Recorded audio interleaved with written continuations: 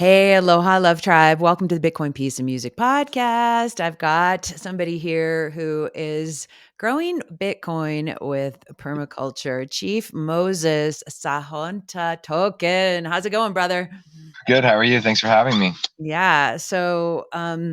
Okay, this Daniel talked about you and he's like, you've got to meet this guy. And I'm like, okay, what is all this good stuff that we're talking about uh, with what you're up to? So let's let the audience know, like, uh, who are you and what the heck is Azola and Oziola? So I'm just a crazy pleb. I'm a visionary. I'm a deep thinker. I sort of have thought about some of these concepts. I'm First Nations, Indigenous descent, so I have sort of a perspective on permaculture and tribal society, things like that, that I think are relevant today to the counterculture that is Bitcoin. Um, I have zero credentials. Credentialism is not what you get from me. I'm very counter authority and counter institutionalism, all those sort of things. I would consider myself an anarchist. Um, that's kind of my background. It's funny you said Daniel brought me up. He's the MVP. Shout out to Daniel. I know, Uh, right? He's like, yeah, I love him so much. I'm just like, in a oh my God. Citadel Twitter. Follow that guy. He's got like 100 something followers. He's very underrated. He needs more. But He's, yeah, he's the bomb. he's the bomb. He's the MVP. But yeah, man, that's my background in a sort of nutshell. Um, I've been into sort of ancestral health longer Mhm. than Bitcoin, but I was Mm. into Bitcoin very early. 2011, I was into Bitcoin, and then I discarded it. So I actually had generational wealth in my hands in 2011. Fuck. Yeah, I had a roommate that mined it on his laptop, and sort of I was adjacent to some DAT files through that process, and didn't pay them any mind, like completely lost track of them by like 2012, 2013, like didn't even care. And I didn't think about Bitcoin again until 2017, Christmas 2017, when everyone had heard about Bitcoin during the bull market, the first sort of the bull surge there. And I was like, well, what the hell? Like, what did I miss? I felt kind of like mad at myself. Like, what did I throw away? Like, that's crazy. Like, I had access to lots of these years ago. Like, that's crazy. I just didn't care enough. They're so obscure that I just didn't think there was any relevancy. Mm. And I was never interested enough to pursue that path. So it was kind of like, wow, that's kind of crazy. And almost bitter towards Bitcoin. So when it crashed, I was like, good, like that's good. I'm glad, in a way, like, if you brought up Bitcoin to me in 2019, I might have been like, yeah, I don't know, Bitcoin, whatever, who cares? Bitcoin's dead. People thought it was going to be something and it wasn't. And that was like my complete normie perspective of it, because I didn't ever do enough due diligence to learn it. And at the time, sort of my only interaction was, well, I had a bunch of those, and sort of now I don't. Shitty, whatever. I didn't care. I was like, yeah, just like sort of indifferent / resentful. So that was just like an off stance from Bitcoin. But I've been into sort of ancestral health and um, first principles living for a long time, though, probably the last, I'd say going on like 7-8 years, been down that rabbit hole.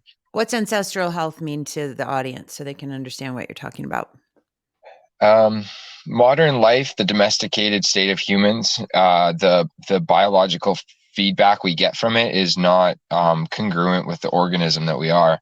So that's kind of the stem cause of a lot of the diseases of domestication, and Okay. sort of trying to mimic the inputs of ancestral lifestyle factors. So it's trying to be as natural essentially as possible, which is kind of a weird word, but that to me is sort of the key to longevity, the key to health, avoiding chronic diseases, things like that.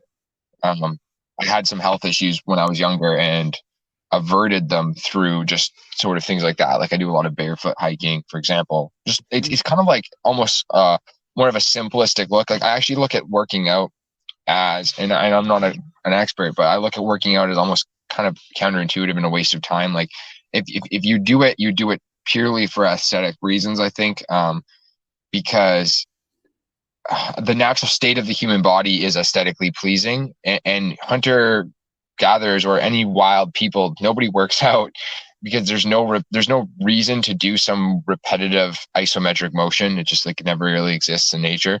So I try to just like avoid all that because it's boring. And I do a lot of like a lot of flow work, and I'll do hiking, and just try to like um keep my rhythms and my movements and my diet and things like that as close to what would have existed. And I feel that brings me hormesis compared to if I micromanaged health kind of thing, right? So Hold on. You said a word I don't know. Hormesis? so it's like different small stresses that optimize your body's health over time. It's like really what exercise is. It's ongoing Hormesis. stress. Yeah, ongoing stress, but your body is stronger against it. So it's intermittent stress versus chronic stress. Ah, okay. So yeah, just like if you look at wild people, they do a lot of chilling and just hanging out and resting. That's mostly what they do with their time. And the rest of the time, they'll do bursts of exercise. So like intermittent exercises followed by rests. And of those exercises, I try not to be too isometric and repetitive with them because I feel like it's just not it just doesn't feel good for me personally. And so, like, obviously, we're honoring your anonymity. And what kind of shape are you in? I'm in great shape. Yeah, yeah. No, I I'm like just curious. I asked just because I want to learn, like, how are people staying in shape by doing this? Because I agree, I hate repetitive isometric bullshit. Um, I just no, shoveled like for 2 hours my driveway, so it was like, that's oh, the worst. that's what I like doing is like doing something that's like producing a result, not just Yeah. sitting on a machine and doing something. The only exercise equipment I have is a kettlebell, like a 36 pound, like a 16 kilo kettlebell. And that's like, I do everything with that, all sorts of flow work. I'll just take it hiking, just put it up on Nice. the shoulder, take it hiking, all sorts of stuff. Because when you work around a static weight like that, your body, this is like Pavel Tsulini's sort of like the Russian kettlebell guru guy. This is his perspective, and it makes sense. It's like if you always use the same weight all the time, you're not always changing the weight you use with to exercise with. It Mhm. becomes like an extension of your body in the way that a weapon or a tool would, right? Like that's very human. Like if you think of like the human condition is to always have a tool with you of some form. So when your exercise equipment becomes a tool, then your body becomes just extremely proficient at using that. It's like if you're into riding BMX or doing tricks in a car, like you drive a car and you do like stunt driving or something. It's like you could jump into any car and figure it out. But if you stay in the same car for a little bit, you're going to get really good at that car because you're going to understand all the little points and movements of it. Or if you're a hockey player, you want a specific stick because that specific stick is just what you get used to in the dynamics of it. It's like anything really. It's just like the human condition. So if you always use the same weight of resistance against your body will adapt extremely well to that weight resistance.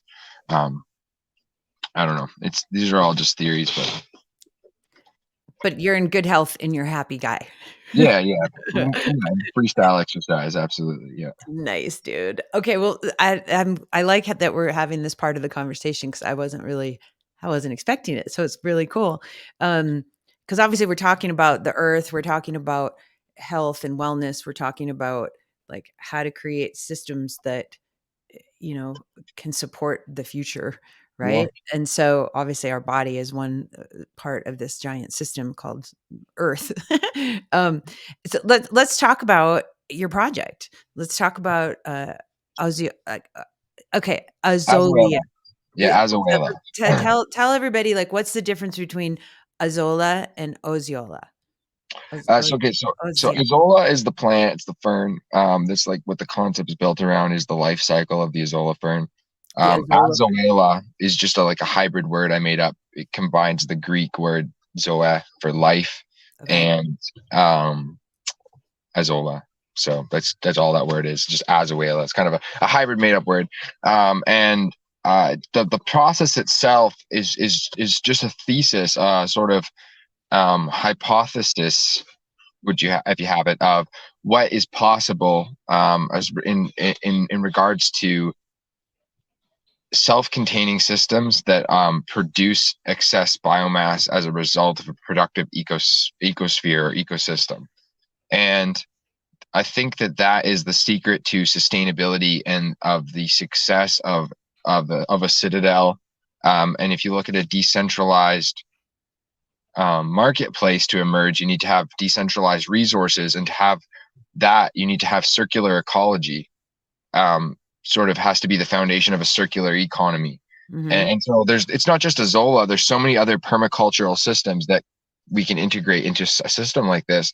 But for me, Azola is a really good place to start because it solves the Haber-Bosch problem, What is that? which so all of the nitrogen, like all of the food, everything we grow today, including quote unquote biofuels like ethanol and things like that, they're actually downstream from oil and gas already because they're using oil and gas, specifically usually natural gas, to run a high energy consuming process called the Haber-Bosch method that extracts nitrogen from the atmosphere and condenses it into an ammonia-based fertilizer. So this is what all the fertilizer, industrial fertilizer of the world is based on, is the Haber-Bosch method. And this Mm. was invented during World War I, actually. And he's the same guy that's responsible for like chemical warfare and like all these things was Haber. Like he was a crazy, like he's killed simultaneously, killed and gave life to more people. There's no other person that's ever given more people life and also taken more life, because we wouldn't have the population of the world today if we weren't feeding everyone through ammonia-based fertilizers, thanks to his invention. But all of the chemical warfare since World War I is also thanks to his inventions. So this guy is like the craziest, like he's done the worst and the best things simultaneously. But I would argue that um, well, it's served a purpose and it's brought human society to the point we're at. You know, we can't conflate the past and the future. It is what it is. We can still build better systems in the future that don't require a centralized supply in an unnatural life cycle. Because I'm not inherently against oil and gas. I'm not one of those people. But I think that it's a terrible way to source all of our energy, considering that it's very centralized. As we see, the government can easily control the supply because it's centralized.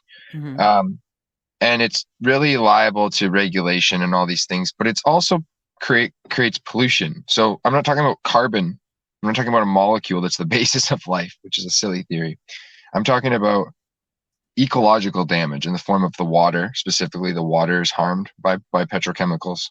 Mm-hmm. And when you take all that ammonia-based fertilizer and you spray it into all the farmland, what happens to all of that? Where does it go? Well, it goes into the river, the water beds, the rivers, the streams, the lakes, the ocean.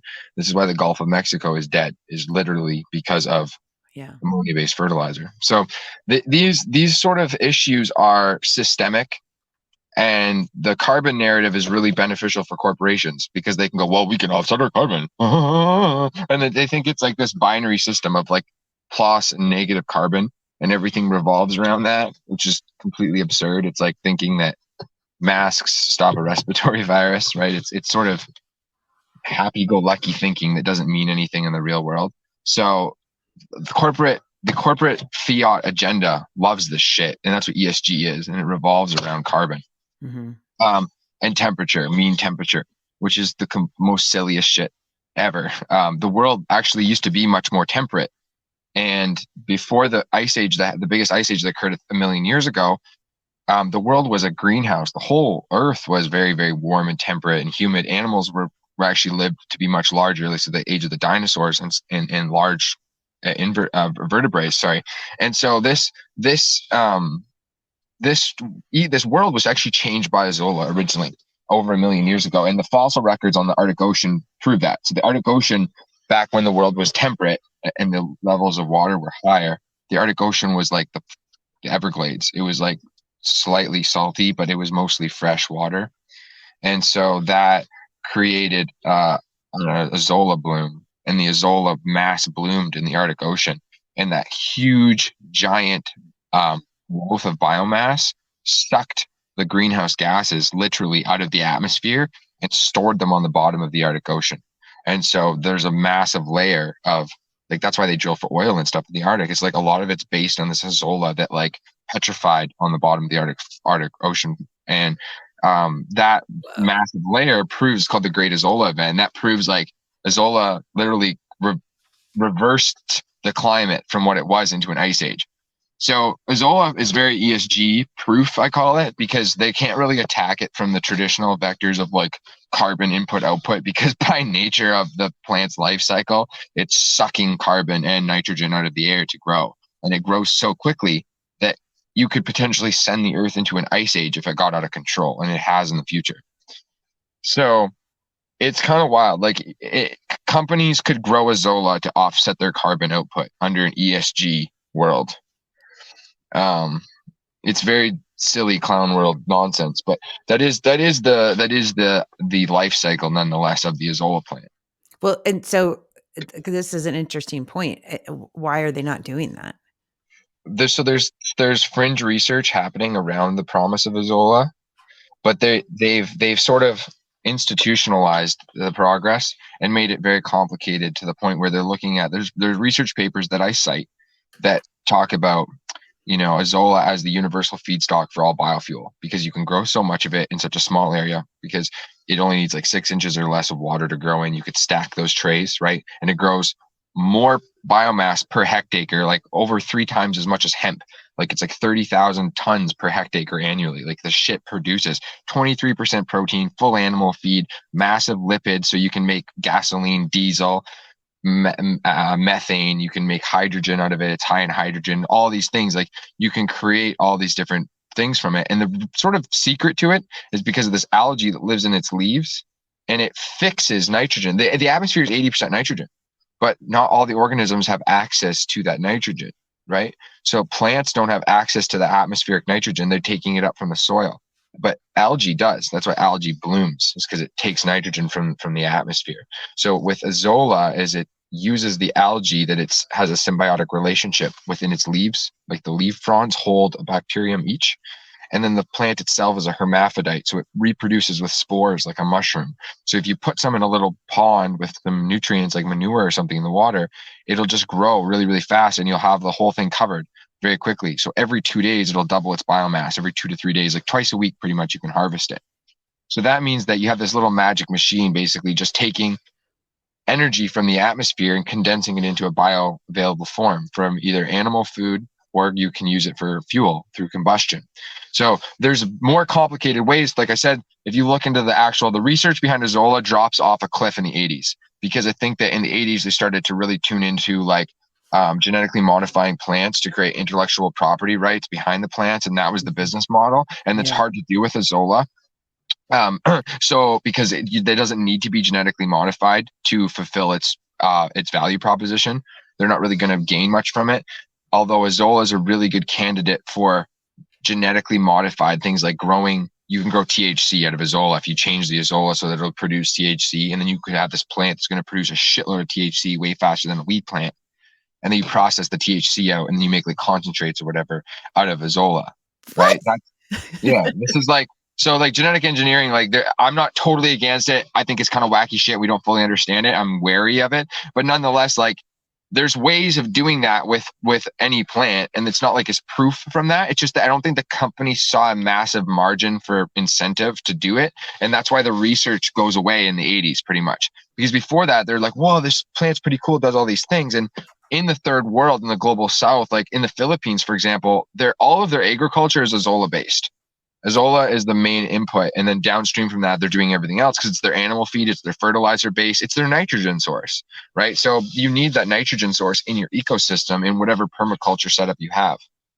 So Azolla basically fixes that. So worldwide, if you just start mass growing Azolla in a distributed manner, you can replace the fertilizer demand that's currently ran through oil and gas that's destroying the waterways and everything like that. So Azolla plays an integral part in the life cycle of agriculture as it is. And then, like I said, it's a complete animal feed in the way that you can feed it to a cow and they'll thrive, or feed it to a rabbit and they'll thrive, or a duck or a chicken or whatever, and they'll thrive. And then you can then take back that manure from those animals. And if you measure things in BTUs, animal new manure has a certain amount of BTUs, like energy output, right, that you can convert to flame. So if you look at that, if you took all the gas, and some places do this from like a dairy plant, and you turned it into kilowatt hours, you're going to get a certain set amount of energy in BTUs from that. If you take that same manure though and you feed it to the Azolla plant, you're going to get 20 times more BTUs on average. Yeah, it's a multiplier tool because it takes that source of manure, which is a nutrient source, and then it's multiplying that through the atmospheric nitrogen that it has access to. Because the plant can grow in sterile water, it can grow in distilled water because of the atmosphere.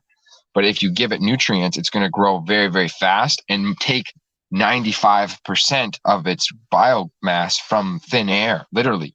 And this is what all the paperwork says, all the research is there. Like that, this isn't my information. I'm just like regurgitating what is already out there in the research.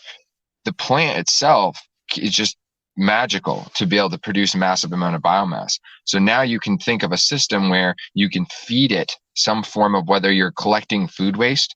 Think about food waste in a municipal area. Most of it goes to the landfill. If there's a program that collects the food waste and converts it into like some sort of compost, it's gimmicky, meaning that it's an energy deficit. It requires more energy to go out and do all of that than you could ever get back from the food waste. It's usually defiled with glyphosate and Roundup from people's yard waste. It's all kind of mixed together. And then you get this dirty soil as the compost result that requires a lot of energy to produce itself. It's like energy deficit, right? And then it's not a very good product. And the amount of engagement is low because, number one, food waste is disgusting. So most people will skip the process of collecting it. They'll just throw it in the garbage. And then they're also lazy and apathetic because there's no real incentive to make sure that there's no garbage, for example, in the food waste. So you get kind of people that really care about it from a heart and soul perspective that'll contribute and participate. But it's like them going out of their way essentially to get a gimmick in return. Sometimes like you can buy soil or whatever. It's dumb. But like my point is that's what's sort of boasted as the solution to going to the landfill, but it's doing nothing. In fact, it's requiring probably more energy in the long run. So if they're going to track things by emissions, it's more emissions in the end. So it's stupid, but also the product in the end isn't very usable. The solution to this is if you collect food waste from a municipal and you feed it to Azolla, then the Azolla plant's so hardy, you can take that food waste and basically just turn it into like a slurry. Essentially, you can feed that slurry to the Azolla, and then you're going to get way more energy out of it than you would if you just used the slurry as your energy source times 20. So now it becomes economically profitable. It's not energy deficit to go and collect all of it. And so now, because you can collect all of it and you can convert it into Bitcoin through Bitcoin mining, you can actually attach a cost to food waste per pound. So you can hold go on. Back up. Well, what do you mean convert it to Bitcoin? How are we doing that? Well, just through by turning the Azolla into electricity through combustion. Okay, got it. And so how do you do that? This would be as My simple brain as is pyrolysis. there's smoke coming out of my ears right now. My brain is on fire right now. So I love this conversation so much. So just bear with my fourth grade. Sorry, I'm sorry. No, don't be sorry. I have I'm just ADHD, like, so sometimes I just like put 4 ideas into one sentence. no, but it's like seriously, dude. This is my mind is just like, well, how can we make more of this, and how can we get this everywhere? And I know I have a lot more to digest, and we have a lot more to talk about. But like, holy shit, like this is amazing. I just needed to pause for a second to No just way. I'm sorry. Yeah. digest. Hopefully it becomes something that this is kind of my idea with Azuela is to try to get this information out there in the most, what I see as the sort of like, hey, this is the concept, this is the thesis, this is kind of how I see it put together. And then now it's open source. Like there's a Telegram group, we have almost 100 people in it, everyone's building around the world doing these things, and it's kind of crazy to see like the concepts out there now. And now because it's a concept, it can't be stopped. Everyone's going to jump onto all the iterations and this and that. And then once we have a working model, when someone is like, hey, look, we're growing energy, that means there's an ROI on energy. That changes the whole game, right? And putting it out there means that like there's no choke points. It's not like a company. It's not like a this is that or anything. It's just simply like there's a life cycle out there that exists. We can harness that life cycle. And we joke around. We're joking around in the Telegram group about like the government like banning Azolla. We're gonna have like it's gonna be like weed again, like black market Azolla. We'll have like a decentralized network of Azolla farmers and Azolla distributors, and we'll call it the Silk Pond. Like just all sorts of crazy shit, but. This is like the level. It's hilarious to see that, that's how much surplus there is. The world there's actually a surplus of things, but they don't want you to think that, you know, they want you to think that there's a scarcity because that's the only way they have any power, to Yep. the point where if you reveal that there's actually not a scarcity, you become a threat, right? So Yeah. Oh man. It is so true, right? Anything that that they can control with our minds, thinking that there is that scarcity. I mean, it's all over on every dimension of the human existence right now with these powers that be that wish to keep us on their little puppet strings. the powers that be, that's a good way to put it. I Absolutely. do. I say the powers that be want us numb, dumb, sick, scared, and broke, Yep. and fuck them. 100%. Yep. They're like, no, thank you, no, thank you, no, thank Well, you. they're So, rent seekers, right? Like if you look at the structure of a company, how a company is instituted today, like what usually blows up quickly? Startups that provide value in a value scarce economy, right? So, because every every entity that holds a position in the marketplace has an obligation. That obligation is to their shareholders' profit margins. yeah. Okay. That is it, full stop. So, because of that, that means that value to their actual clients that provide their position in the marketplace is not even in their agenda really at all. So, because that's not in their agenda, what happens is you now have a value scarce economy where value is actually the real scarce resource in an economy. So, when Mhm. something like Uber comes along, they sweep the market away until they become a public company, and then their obligation changes back to the shareholders, and then they become a shit coin. It's hilarious. This is literally the cycle, and that's how BlackRock eats the world, is because they're like, if somebody comes up with value, they sweep the market position through value proposition, and then the guys with the Cantillon effect go, whoa, whoa, whoa, whoa, whoa, you're threatening our position. Take $400 billion. Thank you. Have a good day. We're going to absorb this back into our conglomerate and eliminate competition. So this is why we have stagnancy in the market, is because there's no value. There's zero. It's like low value environment. This is like the distorted fiat state of the world that we're in. It's very sad, but it leaves so much opportunity for those that bring value to like burst things open by the seams, because there's no one's offering value. You know, it's all rent seeking. Everything's a rent seeking proposition. Wow. I love listening to you. Keep going. Your brain makes me happy. It's like I oh, this is such a great conversation. Okay, okay. It is. And I feel like so for your description from your from the paper, it says Osceola's purpose is to develop and refine living power generation technology into a modular, open source, and viable solution that will be embraced by the world over by individuals, communities, and industries. And so Yes, I love this, and I want to hear more about, I you wrote know, that. Did I write that? I don't know if you wrote it, but it came from that paper that you Okay, talked. okay. I must Uh, have channeled that shit. I don't remember writing that, but yeah, I wrote that paper. That's hilarious. yeah, well, I think this is interesting though. So let's go back to um Bitcoin. How the heck are we like? How are people Are you turning sure you this only have an into hour? This energy? may be three. Say it again. I said, are you sure you only have an hour? This may be three. Brother, I got all We'll the have time to in the do world part for two and you. three. I got all the time in the world for you. So you let's dive deep, okay? Like there's Okay. people need to hear this because I when Daniel was so I mean, he's hysterical. He was just Valerie, I you love his know, accent. His accent basically makes everything he says sound 10 times more important. And it's already important. So he's like, when Daniel talks, it's like he's the kind of guy that like the whole room is shuts up and listens.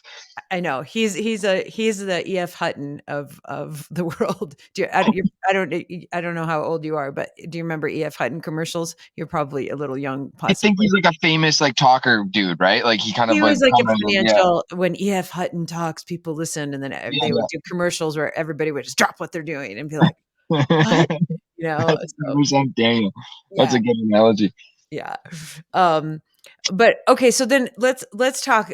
Obviously, we've got the whole Bitcoin opportunity here for people to think about, like, how do you grow this and turn it into fuel that can combust and then power miners, right?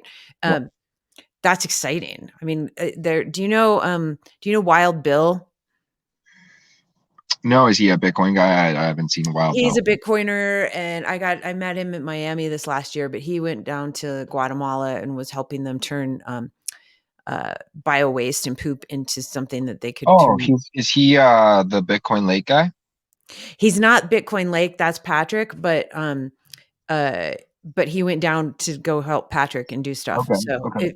it, but yeah, so I'm just curious, like, this is exciting to think about this as, you know, turning this into some energy for Bitcoin. I mean, I also loved the idea, what you were saying about how the compost, you know, because food waste is definitely a huge problem in our privileged first world countries. 30%, 30 to 40% of all food is wasted. So that means if you run a restaurant Mhm. and you're actually throwing away 30 to 40% of your food cost, you're just putting in the garbage.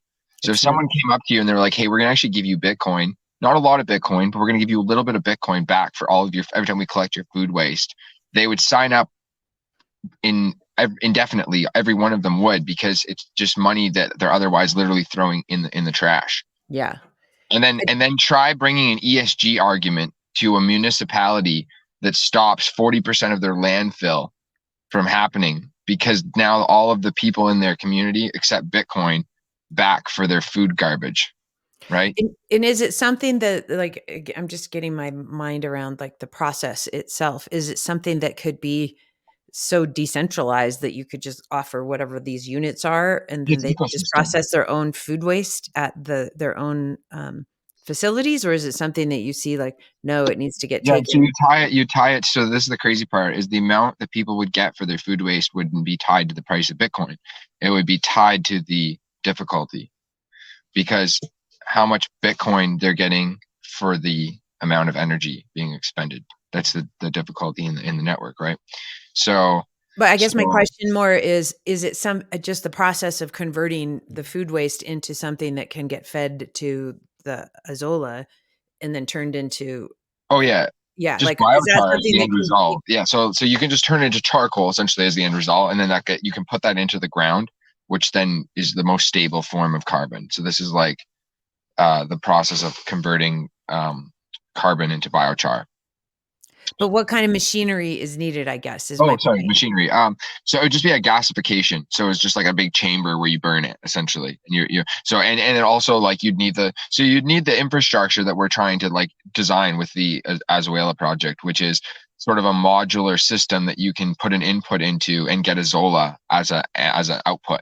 And then from that Azola output, you can then it's just like a pellet generator essentially. You just then take those as dried Azola pellets and you feed them into this gasification unit that produces electricity from the combustion of the azola. So sorry, to be clear, that's the process of taking azola and turning into electricity. And this is just normal. This is bioenergy. This isn't something new. You can do this with wood, right? Like you can just wood gasification. It's the same process. But the secret with azola again is its ability to grow very rapidly in a closed ecosystem. So that means that if you build an ecosystem with a large enough surface area to grow enough azola, you can theoretically design a system that will produce azola indefinitely to run the energy costs on whatever your infrastructure is, right? So if you want to run a 45 kilowatt gen set, you want to plug in some miners to it, then you're going to need a certain amount of surface area to grow a certain amount of azola, right, on a reoccurring schedule so that you can maintain a consistent 45 kilowatt generator running all the time. The fuel to run that generator, you're constantly always growing that fuel within your system, right? Got it. So you'll have an excess, uh, capacity there. Yeah. Yeah. Can you do this indoors, or does it all have to be outdoors? Can you But have it, the like, whole concept layered is and stacked and stuff, or how does it work? the whole idea is modular. So we want to be able to use um so I sort of talk about this in the paper, using ecologically based materials. So like hempcrete and rammed earth and things like that to build like earthship style domes, which are Mhm. geothermally insulated, which means that in a cold climate or a hot climate, they're going to stay more or less the same temperature inside without energetic inputs. So it's not going to require energy to stay at a static temperature.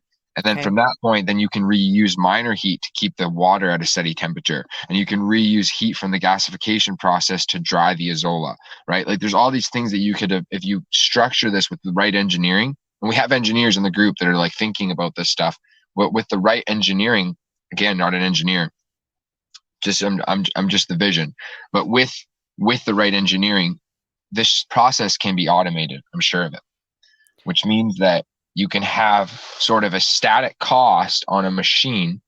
That's what it is. It's a living machine that is this sort of building that is an ecosystem that in a cold climate or a hot climate, low sunlight, high sunlight, there's a way, as long as it has access to the atmosphere, because that's what the azolla is building its biomass from, that Mm. you can produce a reoccurring amount of energy indefinitely. So it's not 0 point energy. It's not breaking physics or any of that stuff. It's just a device that is basically utilizing the natural ability of an ecosystem to harness biomass from the atmosphere. And that's it.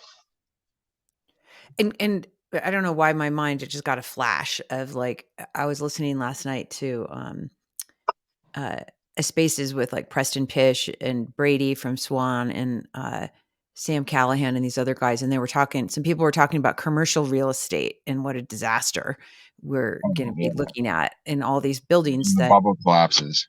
yeah. And so obviously like people are working from home, etc. So there's the whole commercial real estate thing that's like, Mm-hmm. what's going to Yep. happen with all Office of these spaces. like industrial places, as well as certainly these giant office buildings that a lot of them are empty. Um, is Vertical there a garden. use case where this could get, Yep. like, here, we're going to take a floor of this building or a couple floors of this building and convert it into this. Absolutely. I mean, water's heavy. The building would have to be able to hold, I think, water, because I mean everything grows in water. Okay. But yeah, no, absolutely. The definitely the process is for sure um, doable indoors. I mean, I think everything, and also outdoors. If you're in an area that's humid or temperate, like some of the ranches, like Daniel's ranch, for example, he could just grow his own ponds in his backyard if he wanted to. So instead of building a complex structure with all this other big technology, he could just lay out big ponds with a giant sweeping arm that harvests on a reoccurring cycle and lifts that up, dries it in a rack, and puts it into a pellet mill that John drops into a gasifier. He could probably do it for very, very low tech, you know what I mean? And have the same result where he's just growing this biomass that he feeds back into his, either feeds it to his animals as food, or he's turning it into electricity to mine Bitcoin with, without building a building. But if you're above the Arctic Circle and you're in Mhm. a indigenous tribe with 500 people in a reserve where alcohol is illegal, and the most prolific thing you can do is sell drugs or alcohol, probably fentanyl or alcohol, and everyone's dying and sniffing gas, and it's just like a third world country, right? That's the state of affairs up north in Canada in many reserves. What you can do is you can build a couple of these up there, and then all of a sudden now you have a community that is able to produce liquidity as a natural result of the community. So now they have a liquidity input, which is Bitcoin, because now they can mine Bitcoin within the community, because there's a static cost to build this infrastructure, and then it will ongoingly basically maintain itself if it's ran properly, and there's a real incentive to run it properly. And then once they have nitrogen as a nitrogen source, now you can do something like grow hemp in more of these buildings, right? Which hemp is a highly regulated industry, industrial hemp. And so industrial hemp products aren't regulated, but the plant itself is, and the growing of the plant itself is. So this means that the industrial hemp industry, which is a very new industry that's budding to replace things like concrete and petroleum products and all these things like fibers and textiles, like the industrial hemp industry is emerging since legalization, but it's heavy with regulation.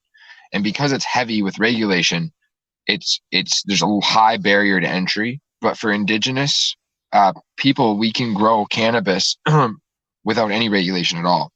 So that means Mhm. that we have a whole bunch of weed shops on the reserves. That's what that results in, right? Because we can just grow and sell cannabis without regulation. So now everyone owns a weed shop, and it's just a saturated market with a hard cap, which is the indigenous community. But now, if you take that ability to be non-regulated and grow hemp, you can then start to mass grow hemp if you have a nitrogen source to grow that hemp that's not reliant on the petrochemical industry to begin with, right? Like normal industrial farming. And now you have a community that can export a valuable product. And Mm. right. And then there's industry and there's jobs and there's economy. And like that's how you take a community out of poverty and out of crime, is by building industry that's not extraction industry, which means they didn't build a mine next to the town, or they didn't build an oil sands next to the town, because that's not actually going to be the community itself lifting itself out of poverty. It's going to become a giant institution that comes in and rent seeks the area, right? That's what colonial basically mining and this was going on in Africa and all these things to an extreme level, but it still happens in places like Canada and Australia and all these other places just as much. And indigenous people are always the ones that suffer. Like that's what Fort McMurray is in Canada's like largest oil sands. It's like basically like a desolate reserve in the middle of the northern Canada wilderness that, oh, they found a bunch of oil. So now they build these giant oil sands, and now there's this sort of pseudo industry that emerges, but just results in more crime and more sort of adjacent poverty and addictions and all these other issues, which can be eliminated if it's the community itself building itself up from the resources within its community, which isn't extraction technology.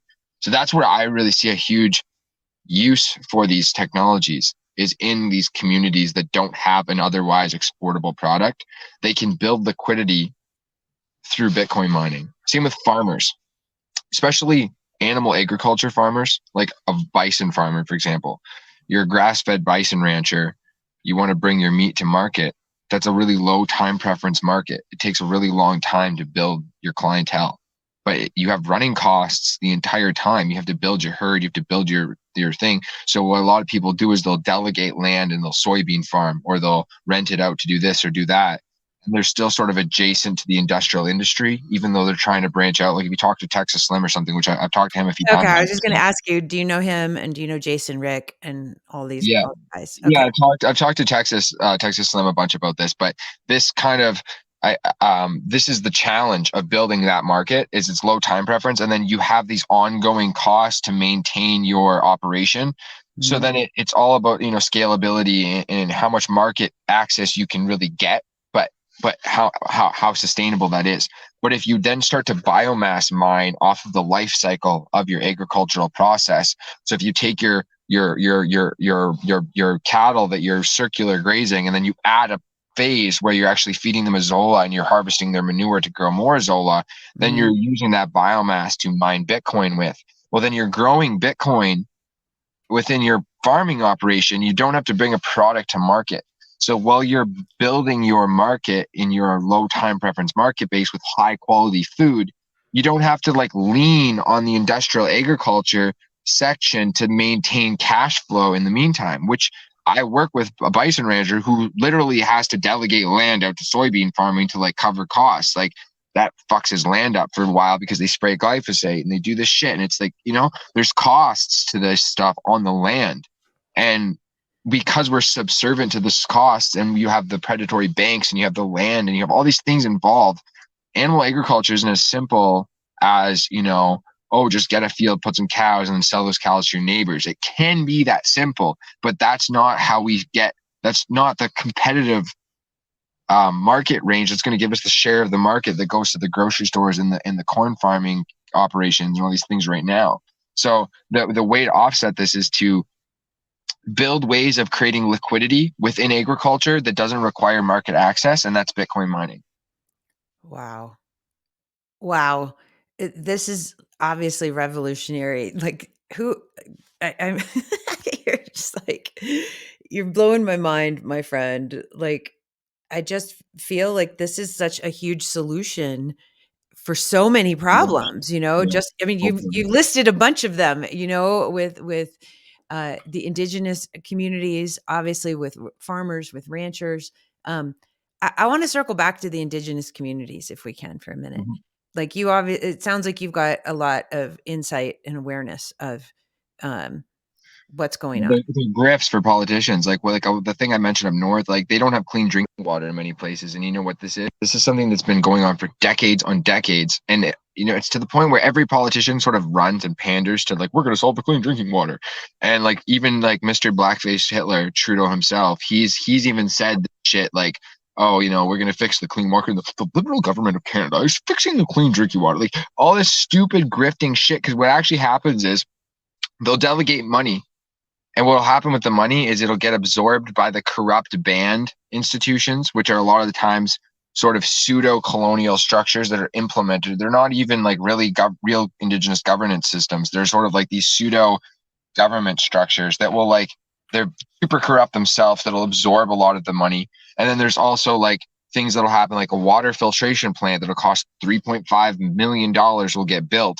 But because it cost $120,000 a month to run, it'll just sit there without running because there's no funding to get the plant running. So then they live next to the water filtration plant that doesn't run, this big ugly thing on their next to them that they don't even get to benefit from because the funding hasn't been delegated. It's all this charity grifting shit that leaves people that actually live there at the mercy of grifting politicians that can pander to the masses in Toronto that don't even know about it. You know what I mean? Like it's hilarious, but this is like, it's not hilarious. It's sad, but it's pathetic, but that's the position that it's in.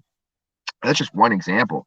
But I think that the solution to those issues is less charity and more economic viability. Yeah. Yeah, the whole charity model that's a whole nother conversation for, oh yeah. Okay. Um, I'm just trying to think of which way to go with this. Let's go back to, I want to talk about like what currently do you guys have? It sounds like you've got this great group. I know I'm in the group and I've in so many groups I don't participate as much as I need to.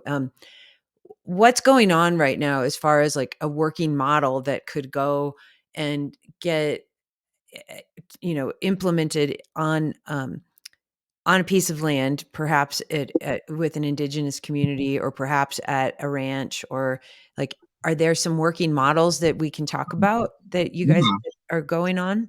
I think what Jimmy's doing, he's definitely going to be implementing it into Cool. his thing down there in Baja. He said that for sure. I think Daniel is doing the same thing. There's guys in Costa Rica that are doing. They're now growing Azola for different reasons, animal feed specifically.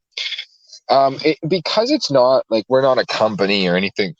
We don't really have an agenda. We're just Mhm.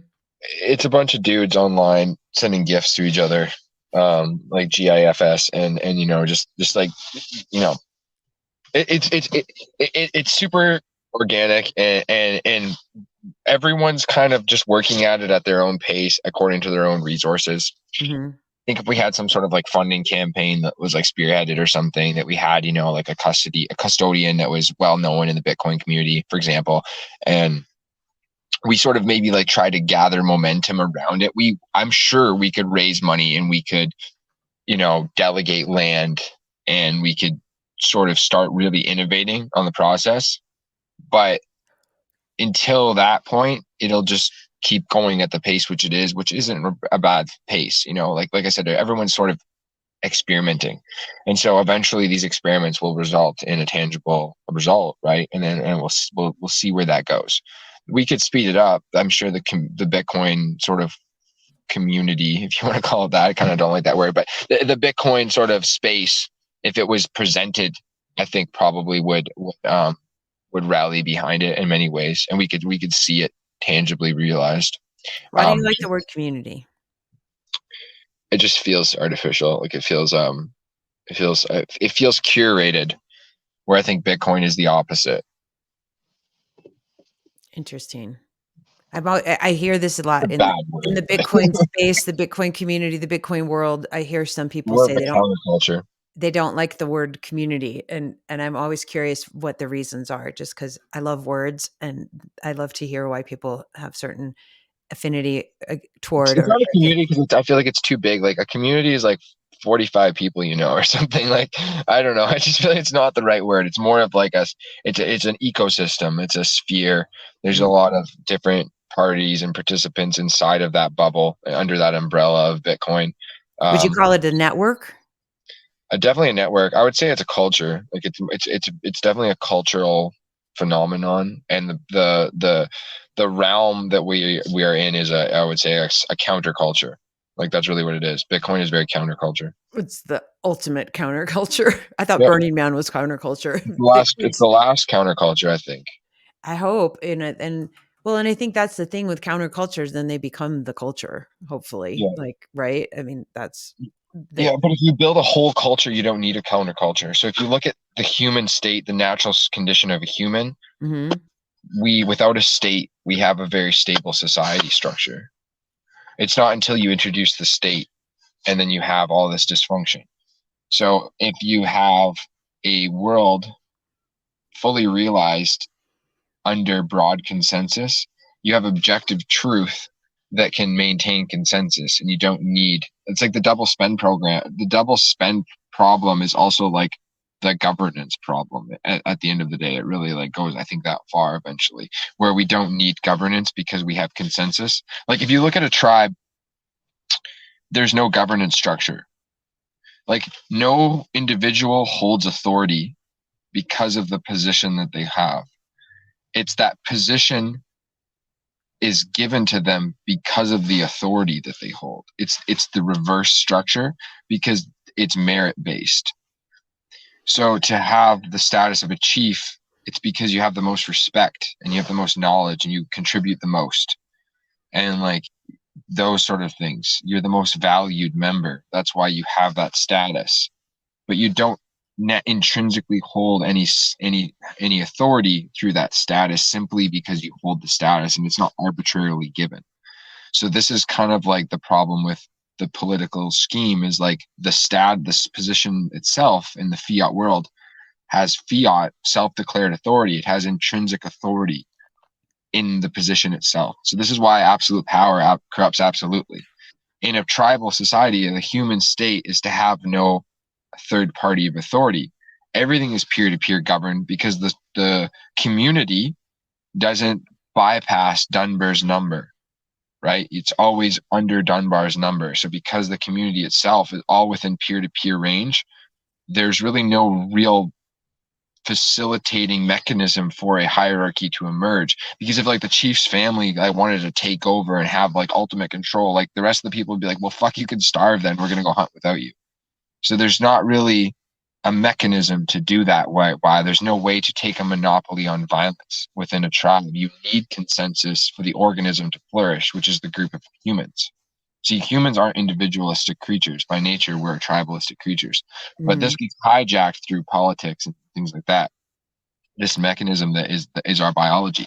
But if we have a form of consensus that can surpass Dunbar's number, if there's a way for human beings to maintain consensus amongst themselves without a third party to intervene and enforce this, the Byzantine generals problem, the double spend problem, then you can have what I would consider post-governance consensus, which isn't the same thing. Like consent isn't compliance.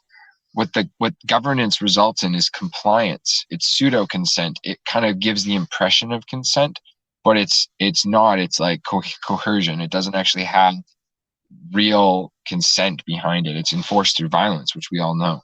So to supersede that, you have to have some way of scaling the consent that's achieved under Dunbar's number past Dunbar's number. And Bitcoin does that. So because of Bitcoin, I think we can eventually realize world peace essentially and everything like that, because the state will melt away without the ability to arbitrarily issue value. Okay, so let me ask you some questions because this is like what you're saying. I hear this a lot in the community, the Bitcoin world, uh, and I still haven't figured out how this works in real life. Okay, because we've got obviously physical distance between people. Uh, we have like right now, I live up in the mountains, and I'm really grateful that the money that I contribute called taxes. Not that I love paying taxes, but I've agreed to live here, and I've agreed that I know that like part of that payment structure Mhm. goes for these big, super giant trucks that come and plow the snow on my streets, right? You Um, think that you have the impression that that's what it does, but well, in reality, that money came from the printer. the point is, like, I'm agreeing to say I choose to live here in this physical location Mhm. on earth, in this, and I have a choice. I don't have to live here. I can go, I'm lucky, I can go move around to most places if I choose to, but I'm choosing to live here in this locale, and I'm choosing to live on this particular street. If I lived Mhm. on another street that's just a little bit away, Mhm. they don't get the same thing that I have, because Mhm. that's what the agreement is with this uh, entity, called the Yeah. county, Yeah. that says we're going to come and plow when, Yeah, it's a corporation. It's a for-profit corporation, the county. You're yeah, actually engaging in a capitalistic sort of free market anarchic situation to begin with. That would be consent, what you're engaging in. It's yeah, just the difference is that what enforces the parameters of those contracts is some invisible man with a gun that no one talks about. And with Bitcoin, you don't need the invisible man with the gun to like settle the back end. Kind of like the bank transfer. You don't need the bank to like settle the 5-day transfer. You can just send the value directly to somebody through Bitcoin. In the same way, things will settle that way. Like contracts will probably be settled through different multi-sig arrangements and things like that. And in the future, the need to have a third party regulatory body will just melt away. Because if you think about it, everybody knows, like, this is like a standard joke about it. It doesn't matter what your political leanings are. The government's inefficient and they suck. Like they can't fix the potholes. Like no, everyone knows. Like it's yeah, not a yeah, yeah, not a yeah. even if you work for the government, the government's incompetent. Like you would just be completely deluded if you thought they were competent. And Right. why is that? Because they have no obligation to provide value, even slightly. They don't need value to give them a position in the marketplace. They have a position in the marketplace because they are the fucking marketplace. They issue the value. So once they have they lose the ability to issue value. All of a sudden now, if you have a governance entity, well, they better fucking provide value. Because if they don't provide value, they can't get any value in return because their extraction tool's gone, right? And when their extraction tool's gone, you're just going to see a natural melting away of their role. Like Bitcoin adoption is like literally the future of humanity rests on Bitcoin's mass adoption. This argument that we don't need the masses is in my opinion false, because the ability for the masses to adopt Bitcoin and to embrace Bitcoin is the facilitating mechanism that gives value placement back to value and wide in the marketplace. Because without that, you have the CBDC attack vector, which Hmm. gives you sort of like, it puts it back by a long time, the ability for humanity to like flourish past a certain point. I think So it deletes the ability for humanity to flourish. I It's think there's not even always hope. putting I it believe in the back. human spirit. I believe in the human spirit, and like centralized entities that get bulky will always usually fail because they can't support themselves. But it would make it a miserable, long process that would definitely like it wouldn't be a good future. And I think that Mhm. Bitcoin adoption is bigger than just like what kind of money we use. It's what kind of society we build and like where Yeah, our values are placed. Really is where it is. So yeah, I Bitcoin agree. adoption is critical for humanity's It future. is. It's and this is why I called this podcast Bitcoin Peace and Music, because obviously I'm a DJ. I love music. I think music is one of the best tools for, healing your soul and uplifting your soul at the same time. Um, and I also think Bitcoin is a tool for peace, and so to me, these are great tools that I'm interested in exploring, because I do see them as, you know, timeless things that we have to do. But like, how can we, you touched on CBDCs. I feel like CBDCs, and I was saying this last night, and I say this several times, like the big boulder from Indiana Jones, and he's running and he's getting chased by this thing and he's going to get smushed, and I feel like that's what these CBDCs are. And as Bitcoiners, our job is to get to a position with adoption The so wolf that at the door. people Yeah. have that alternative system where it's like, I don't really feel like being a slave today. Like, I'm going to be over here. Um, CBDCs won't come in like that though. They're the wolf at the door, but it looks like a poodle and it looks like it's freezing outside. Like CBDCs won't come through like a wolf. They're gonna come through like a emancipated poodle. Like oh, because But my point is, I think Bitcoiners see them as the boulder that they are, we but do, the we know it's a plebs, little, like the normal people, normies are gonna look at it going, "Isn't this great? I got like a stimmy check, or I'm yep, gonna get taken 100% care of." And so that's convenience. where we see the truth and Mhm. the lie. It, like you were saying to me, if I'm hearing you correctly, The like, disguise. yeah, it's a huge disguise, and of course, they're 100%. gonna keep it super disguised Yep. because that's the way that's gonna get easily let into your home, like you said, the cute little Yeah. poodle in distress. I love This that. is funny you actually bring this up. So this is like kind of this is my actual thing I'm really like putting all my time into these days, and sort of building out and contemplating is figuring out how to use Bitcoin as a marketing tool, not marketing Bitcoin as a marketing tool itself, and how to utilize Bitcoin as, so if we can take the cost of every vendor, so whether you're selling anything, doesn't matter if you're selling a good or a service or anything, there's a customer acquisition and a customer retention cost that's built Mhm, into everything, and it's like a third of everything. It's really high. It's probably higher than that, and the efficacy rate is really low. So it's like rent again, back to this rent seeking thing, because we live in a low value economy. So because everything's rent seeking, to maintain presence in the marketplace, to have your position in the marketplace, you have to pay rent to stay there, and that rent goes in the form of customer um, acquisition and retention. So that's front loaded advertisement costs, right? So like really inefficient advertisement, because the attention based economy, not the value based economy, everything's fighting for just a second of your attention, and it's mhm. like they have to trick you to click on it, right? It's all about sort of forgery and trickery, and people are so smart, so they know that. So everyone's just like bombarded by ads. Like everyone hates them. Like Twitter's gotten so bad since Elon bought it. Like Twitter ads are in way more places. Like it's disgusting. People hate them because they're trying to build, it's almost like extortion. Like, you don't want the ads, you better pay us $6 a month, like, or whatever it is, right? It's like it's I compare advertisement today to like the little kid at a wedding party with the water gun. And it's like cute and adorable, but really fucking annoying. And you're like, you little shit, you got me again. And you wish you would just stop running around spraying everyone. Right. And that's exactly what advertisement is today. It's like this thing that everyone knows it's there, and you're all kind of secretly trying to avoid it, but no one's going to do anything about it because it's just a cute little kid with a water gun. And that's what it's like the menace of the party, but it has this sort of like diplomat status, and no one can do anything about it. They just kind of all have to participate, and it's just disgusting. The state of advertisement hasn't changed really. It's just they've gotten better at mining your data so that they can try to like shove ads in your face in different ways.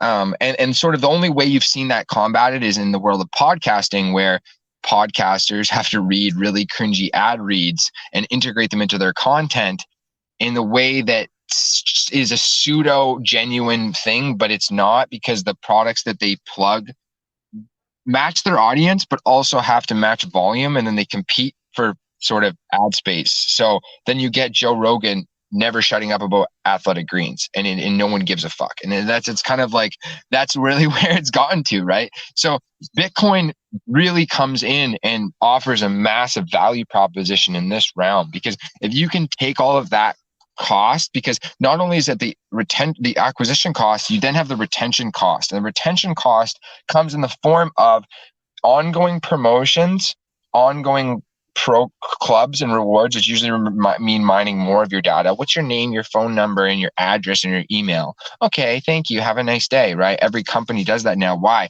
Because that's what they're using as their means of customer appreciation to maintain customer acquisition. But there's a cost involved in that, and that cost gets front run, and it's also annoying for the customers. It results in data harvesting and all this other stuff. But um, basically what happens is customers, the cost of retaining customers is so high, but because everyone's doing it, it becomes annoying, and it's like, no, I don't want to sign up for your loyalty program. No, I don't want to save 20%. I don't care. It's annoying. Leave me alone.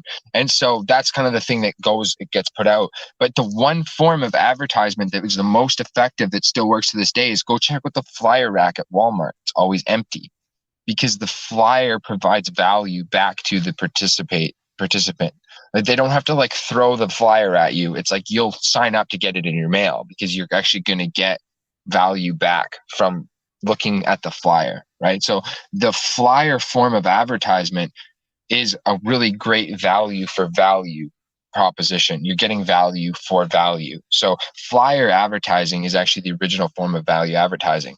But the problem is the attention on the flyers isn't there because there's no real way to kick back those attention rewards to the flyer distributors or whatever it is, right? So that's never blossomed because it's never really been realized in a digital form.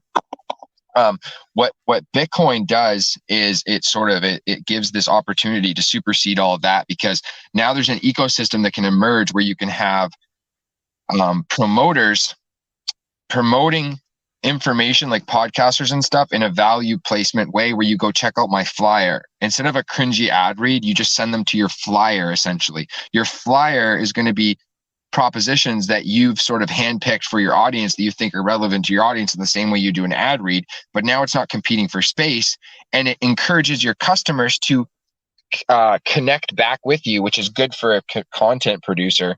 Did I say consumers? Sorry, or not customers, but your content consumers to connect with you as a creator. And they do this through the means of connecting with you to engage in the value, to get the value back. So basically in the form of kickbacks. So then they get sats back for participating in the promotions that you're offering. So when you're offering promotions and value, they're automatically getting value in return for doing it the same way they would for a flyer. So they will be encouraged to engage with you to do that. Then what happens is you take that information and you send it up to the ad brand. I'm building an ad brand that I hope to build a massive catalog of all of these available promotions.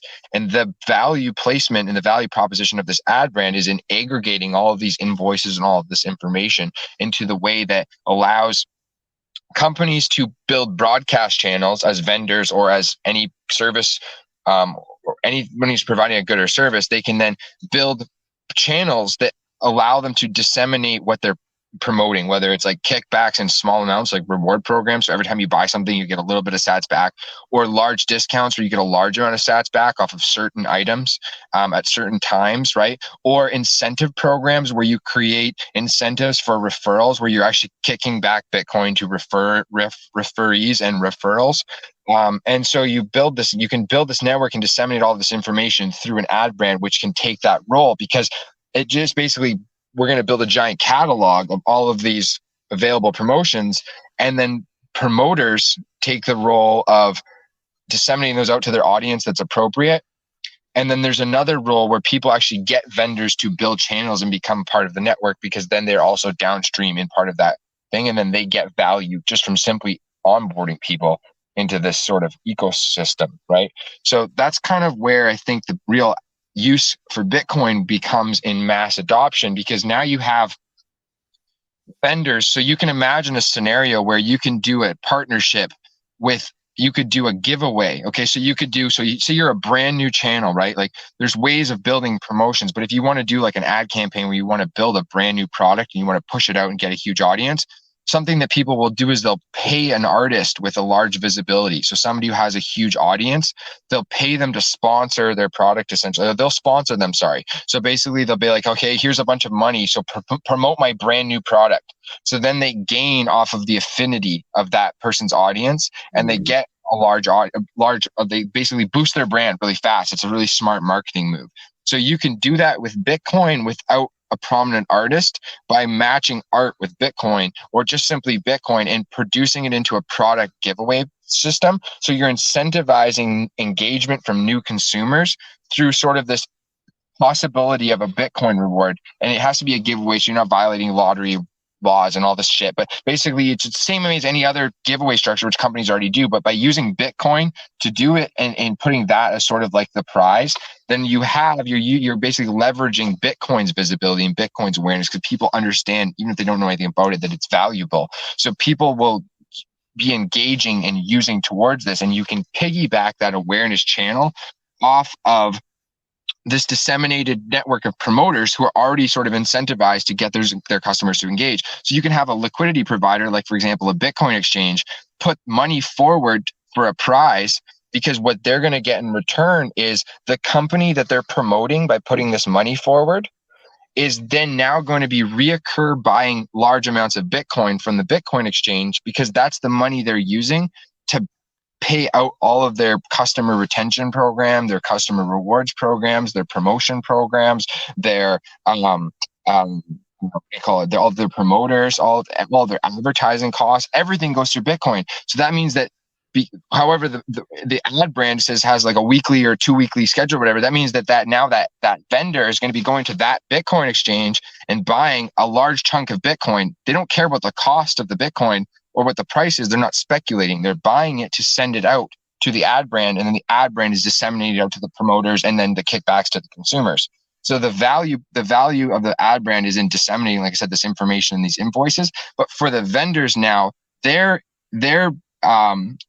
instead of front running all of these costs, they can back pay them at 100% efficacy because these sales have already converted to customers. They know that through proofs of purchases, right? So this is where the content producer engaging with the customer comes in, and they're able to then basically you build an organic network and you get organic ad targeting without sort of data harvesting and like getting in your face attention speaking, because it's always value for value. The promoter's always providing value in the form of Bitcoin.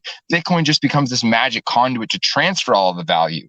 So end result, you have vendors selling and promoting products at 100% efficacy for their advertising conversion rate. You have promoters and distributors, just people that are basically trying to make money off of their audience, being able to effectively make way more money off way more products without fighting for ad space. And then you have consumers getting the best form of value back in the most convenient form because you just disseminate everything through Lightning. And essentially what happens is people then are adjacently holding Bitcoin as a natural byproduct of their normal consumer process. And then you have mass adoption without anyone ever buying Bitcoin except for the vendors from the exchanges. And then the exchanges stop being the stupid, speculating, rent-seeking, fucking weird entity scammers people, and they become more like what Bull Bitcoin is, where they're just like almost like a retail banking institution, where they're just basically consolidating and liquidating Bitcoin between miners and consumers. So now you have where Bull Bitcoin, for example, or another company like that is incentivized to go, hey, we're going to put a whole Bitcoin forward for a prize draw to bring awareness to this company. They're going to use that. We're going to build a really massive ad campaign. And this ad campaign is going to make this company viral, essentially. It's pretty popular because there's a reward incentive attached to incentivize people to engage in as consumers. Then you have a company that has massive projected growth that benefits the exchange that puts the money forward for these draws, because now they're basically sponsoring campaigns that bring back directly to them, because all the money to pay for that campaign routes through the exchange. So they're making that money because now all of retail is massive buying Bitcoin in large scheduled amounts to pay out all of their costs. And the end result is the consumers and the promoters end up holding the Bitcoin. Right? So now everyone holds Bitcoin, vendors can accept Bitcoin, and you have a peer-to-peer economy emerge. But see, the real value proposition is in convenience and in is in value and customer engagement, customer connection, right? Because that's how CBDs are going to come through. This is the way we sort of combat the CBD adoption curve, is by bringing Bitcoin in, because the infrastructure already exists and it's way better. So we'll sweep the network effect very rapidly if this was implemented, because everyone in this ecosystem would be incentivized to participate. The price of Bitcoin would go up and stay going up because it wouldn't be a bubble. It's now demand, right, for a scarce asset that has a capped supply.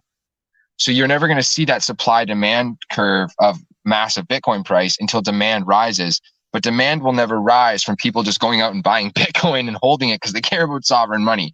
That's the minority.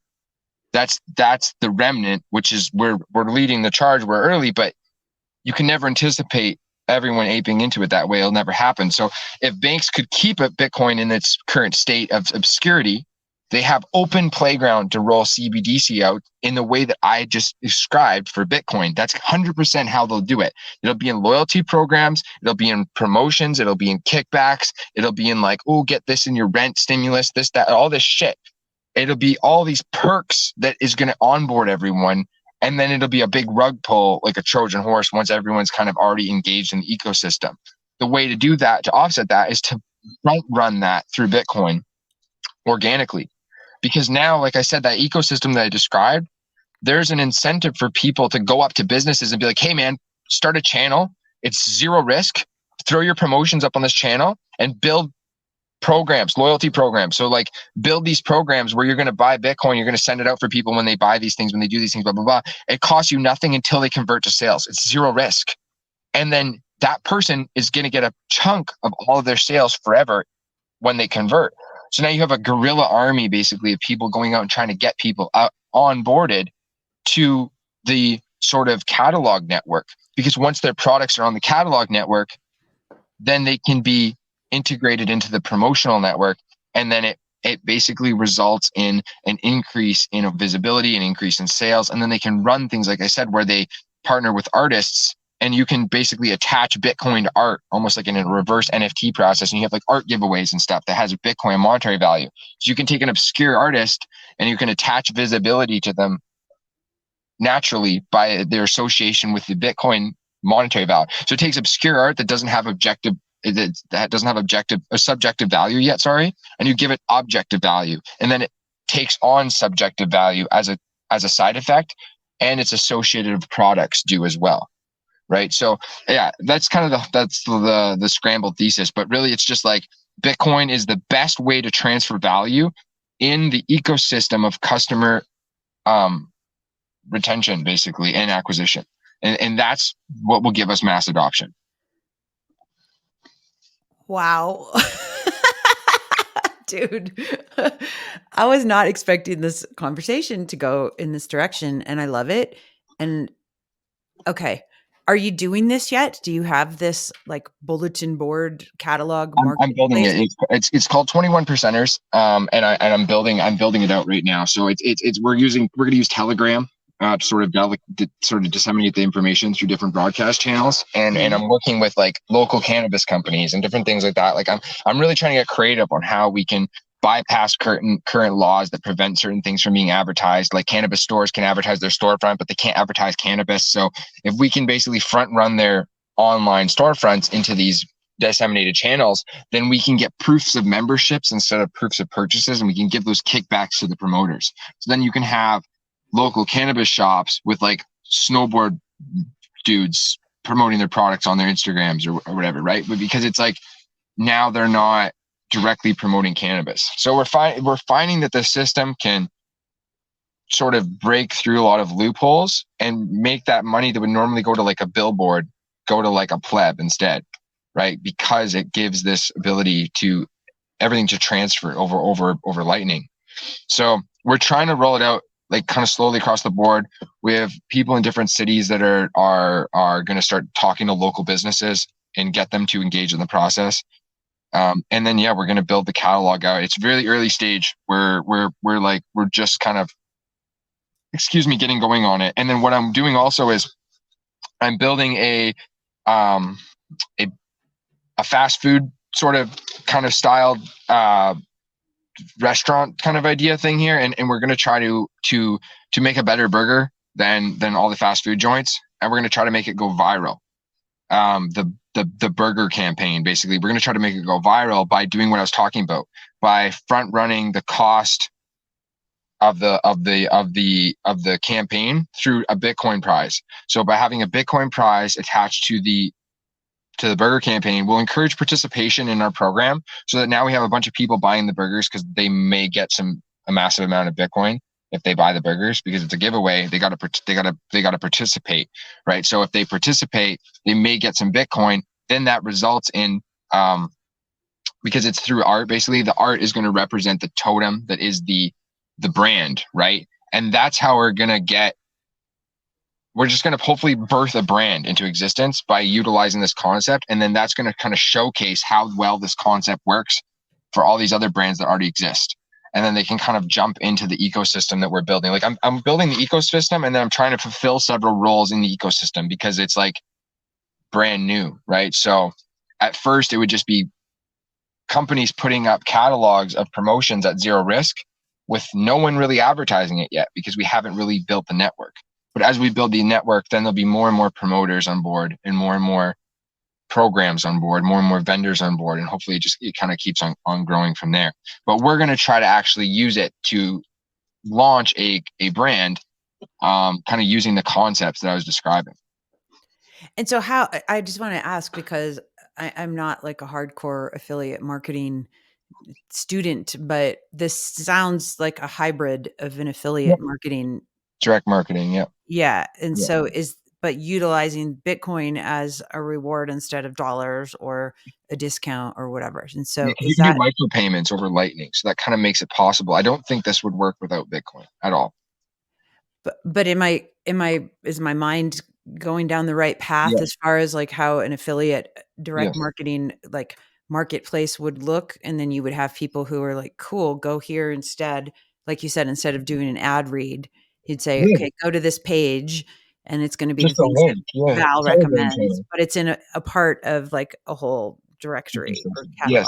exactly. Yeah. And right now I'm using Telegram because Telegram's kind of accessible and I've been building the concept using Telegram, but I actually think that the future of this will be Nostr. It'll be on something like Nostr, right? Because there's sort of like decentralized versions of what Telegram offers, but running on Nostr, and you can't be messed with. And like, that's for sure the future. So this sort of system would be built on Nostr in the future for sure. But right now I'm just kind of like beta testing the concept and we're doing Telegram. It's also like normies understand Telegram. Noster's not at normie level nearly at all yet. So it's not there yet, but I think the future of this will be on platforms like Nostr. I just got going on Nostr in the last couple of days. I'm like, Me all too. right. It's agonizingly slow and very ineffective, but I nonetheless am on there. So Is it which handle are you? I'll go follow you. Same um, I, Twitter? I don't know the candle thing yet. I still haven't really figured it out, but I have a public key on it. Okay. I know I don't even know how the hell I did this. I set some stuff up last night, but Yeah, my friend, Decrim Nat helped me. God bless her. yeah, Um, she's awesome. Yeah, she loves that shit. She's all over it. she's amazing. I know. I freaking love that lady. Um, dude, you're a busy guy, like all over you remind me of me. I'm not as smart as you, but I have my attention and my passions in a lot of different areas, but they all overlap each other. Yes, And yes. They all complement each other. they're all big too. And like your idea is super big. I like you because it's fun to think in like how can we turn these ideas into something that's like a tapestry all over the world that helps Yeah, people at yeah, scale. yeah. Um, They want that's to build ecosystems. I think that's like the best word I've refined it down to. They want to design ecosystems and then birth them into the world. I like it. Yeah, you're this is what I think is so cool about man and woman and masculine and feminine energy. It's like, obviously we can have this is my baby up there in my belly years and years ago, but we have that physical ability to birth a human life and obviously we're Yeah, creative and we can go do all these things, but I think the men you also have this great ability to birth and be a creator, in such cool ways. And I think business and obviously art are cool ways to have that expression, you want know. to carve the world in our image for sure. Definitely. There's a masculine urge to carve the world in your image. Yeah, there that's a good way to put it. I've heard that too. Just holy cow.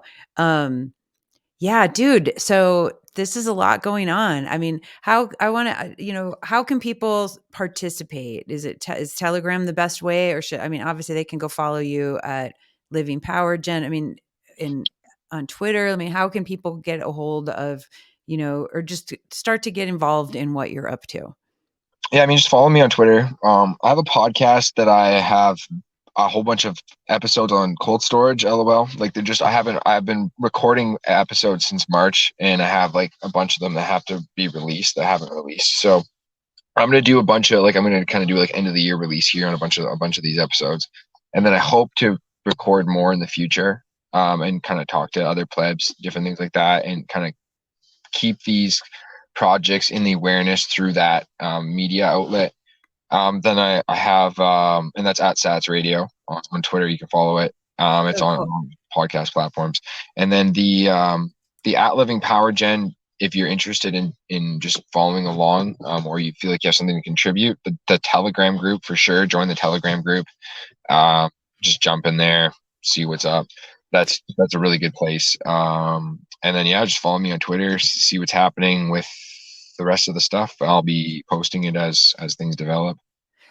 Just I want to tell people on Telegram, like, what's the name of the channel again? Just I'm going to put it in this banner right now. I don't know. Daniel made it, and it's like a There. bunch of numbers. So if they go to twitter.com/livingpowergen, I think it's the pinned tweet is the Telegram channel. Okay. Okay, That's I'll put it in the show notes. But, yeah. but it's under Living Power Gen because it says Azoilia. Yeah, that's like the name I made up, but the at Living Power Gen is the handle on Twitter, and then the pinned tweet is the Telegram group. Oh, the pinned tweet is a Telegram group. Okay, thanks. Okay, got it. So thank you for that clarification. Okay, guys, so Living Power GEN. Go there and check this out. Dude, we've got a lot more to talk about. I want to learn more about the catalog when you start getting that going, because I think that's an interesting.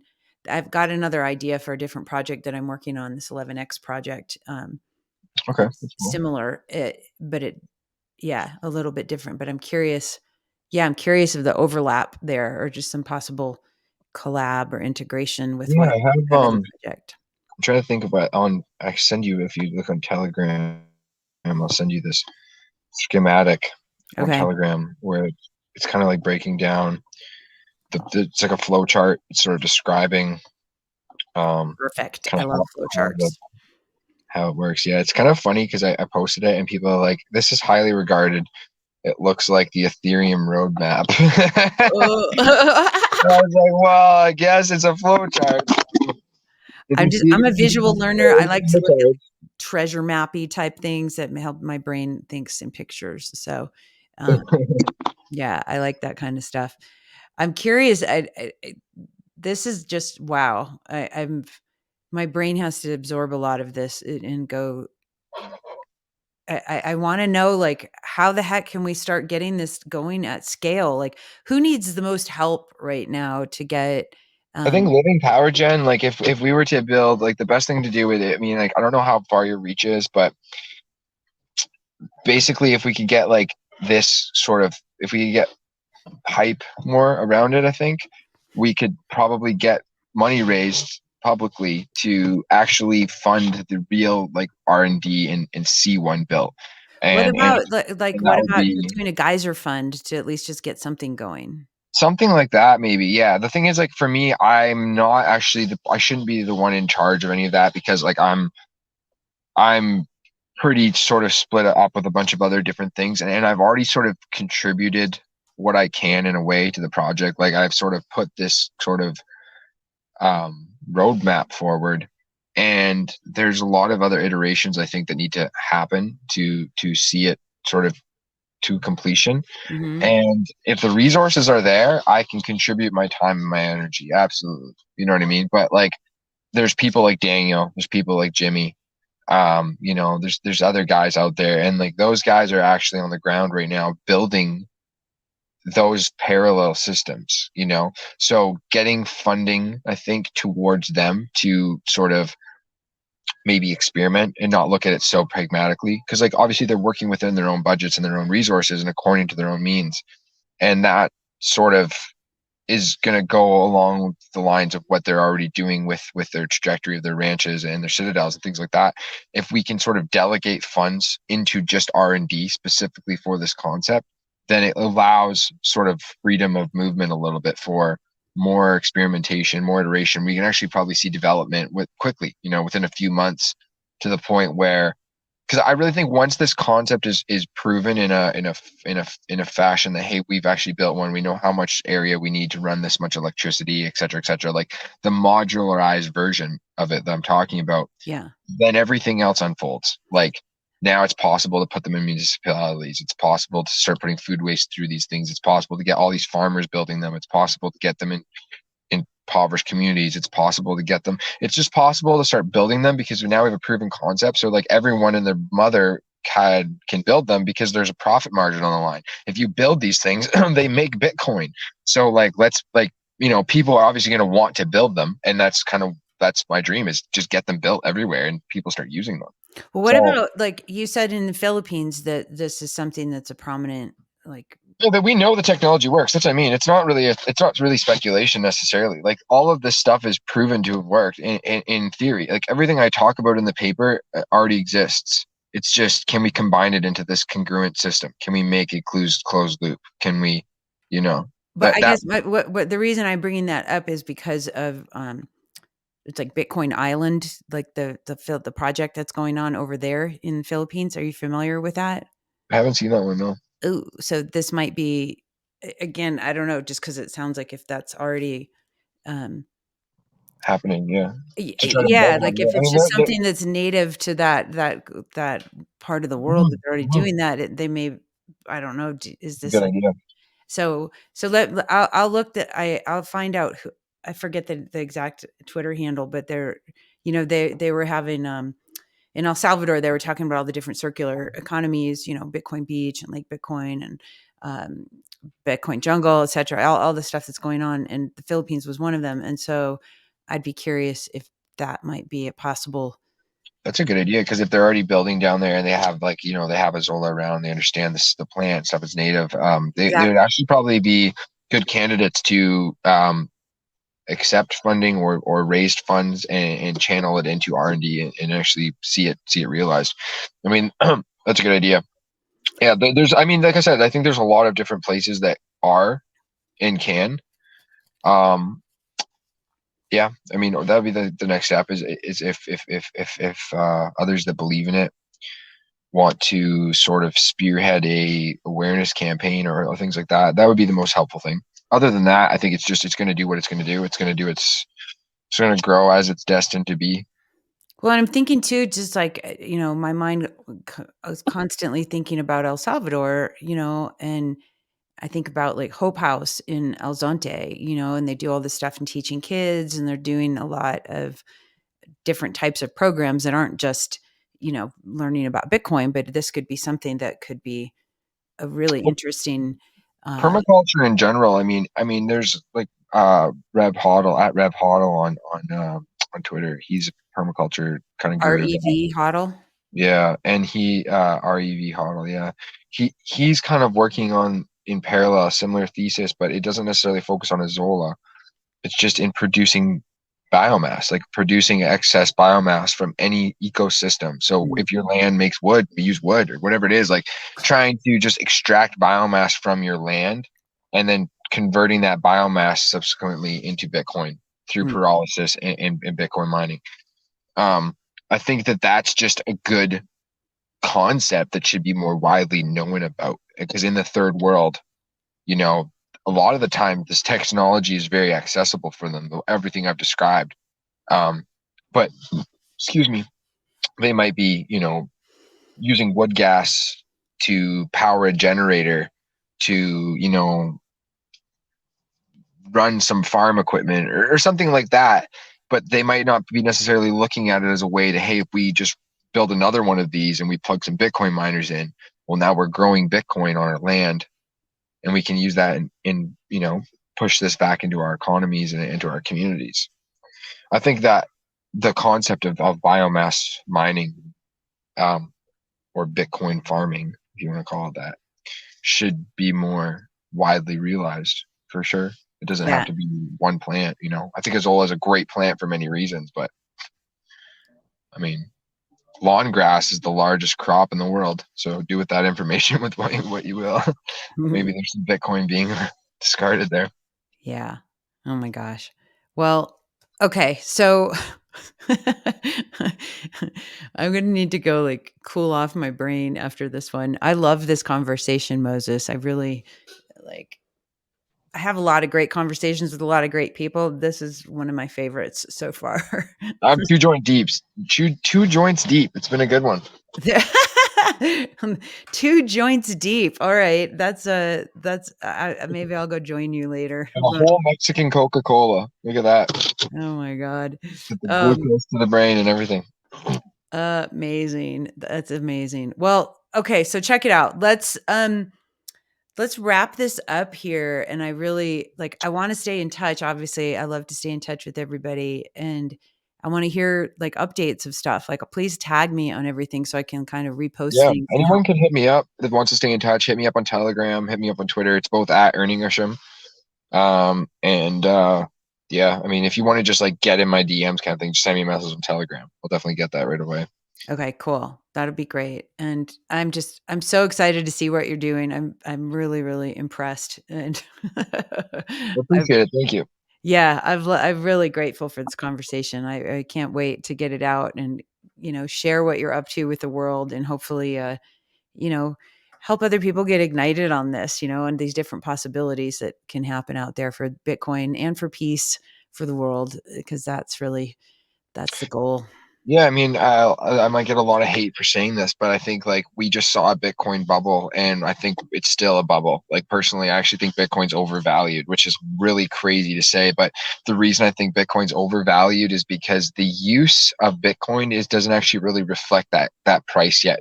It's still stuck out there in speculation field, Mm, and until it is not in speculation field anymore, it'll always be a volatile, but I think it'll be at risk of being a bubble. And so the best thing we can do as Bitcoiners is to sort of like change that, and build ecosystems that use Bitcoin, and everyone's doing it. If you look on Bitcoin Twitter, it's kind of wild. It's like watching this like little like bubble into the like it's like the like the origins of something that's crazy because like we can see it, not everyone else can, but we can see it. It's so wild to see where project this forward a few decades, what this looks like now, like yeah. just a bunch of crazy people on Twitter talking about their things they're building out there in the real world that are touching this thing that is Bitcoin, that 10 years before that people were throwing away because they didn't think it meant anything. So yeah, it's wild. So we're living a wild time. It's the Wild West for sure. Uh, I'm loving every second of it. I swear it's made me like a whole different human being. I mean, I'm still me, but I'm like, all I think about is Bitcoin and how to get this out there in the world in a very Yeah. cool way. And People yeah, like, you're crazy. Do you just sit there and you just think about Bitcoin all day? It's like, yeah, pretty much. Like, what the heck? Who? What is there to think about? Like, it's like, no, we're not thinking of so much. I'm not thinking about Bitcoin yeah, so much. I exactly. was like, I mean, there are people that sit there and they contemplate on just the fact alone of it itself and how it works, which is mind numbing alone. But I think about what Bitcoin does. It Exactly. opens up. It's like a magical master lock or key, or master key. You can just stick it in any lock. It's just going to open them all, and it's like wild. Like there's never been this tool before that humans have had access to that we can just be like, hey, if you take this thing and you plug it into this thing, you can pretty much reverse engineer it to do this thing, and then you will all have peace and prosperity, and then, yeah, we'll just do that. It's this simple, like Bitcoin fixes this, period. And like that's it. That's all you need. That's all you need to know. I know, dude. It's crazy. And I feel like it gives us this opportunity to actually live the dream, the vision of the full expression of the human race, the human existence, and but even beyond our wildest imaginations, and so that's what It I feel makes like. It's this tool. I say a lot of times to people, I'm like, from the Woodstock generation, right? You think about the peace, love, and granola vibes, right? Like they yeah, had the attitude, they had the vision, but they didn't have the tool, no, and exactly. Bitcoin to me is this opportunity, this tool that we could bring that vision forward, for all of humanity. And so I don't know, you may say I'm a dreamer, but I'm not the only one. No, yeah, 100%. And it's Bitcoin is what's gonna. It's like Bitcoin is the new renaissance. It's like the new Yeah, revolution. It's like it the is. awakening. It's it's Yep. it's it's kind of like what's gonna happen is Bitcoin's gonna open up the hearts and the minds of the youth, and they're gonna see the future for the possibilities that it provides, and Yeah. that's the future that's gonna unfold. It doesn't matter what the legacy uh says, because it's kind of like it's the game's kind of the game's already out, like it's already won in a way. It's just it's like now we're just watching the replay, because like everything that comes now in the next few decades is going to be like unlike anything that's ever occurred before in humanity's occurrence. It's like Bitcoin is a human movement that Mhm. offsets the anti-human agenda. It And it you know, is, and, it's funny, I was on a Spaces the other night, and we were reading the white paper as some ladies and I, and I'm not technical, and I've tried to read the white paper before, and my brain starts to melt, and then so it was nice getting to do this with them, and, uh we were talking about how Bitcoin, is not necessarily altruistic and people opt in because it's a selfish thing to do. And it's like at first, and then you start to realize like how big, to me, Bitcoin starts to change the way that you think about yourself and yourself in the world and the world as a whole. And so I do find that it really does shift it's a us. relativity lens. Yeah, and I think, if we can look at it as this opportunity to be like, wow, this is a source of truth, right? And like what other things in our world um can It's we re immutable truth. yeah, and it's just this like when you start to admire that there is something that is real and pure, this thing called Bitcoin, you want to have more of that in your life elsewhere, Yeah. right?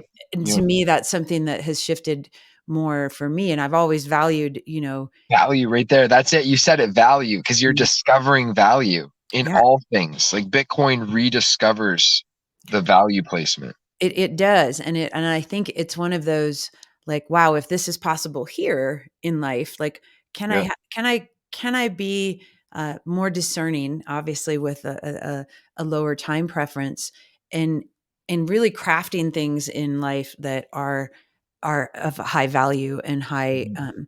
high integrity, Mhm. and I think Mhm. right now, and I talk about this a lot with the instant gratification with social media, with dopamine, with all the bullshit, like we don't have an anchor to something that is of high quality and high value because we're so We used lost to like humanity. all the little bullshit things from China and all the little things. We don't have this like, wow, this thing is very special, whether it's a relationship, whether it's a piece of art that you create, whatever. It's this fast production. And it's really caused me a whole nother level of being more exquisite with who I wish to associate with and how I wish to be in the world, if that makes sense. Yeah, we need more rock songs sung around a campfire vibe, like that's what's Mhm. missing. We forgot about that in modern life. Like we forgot about that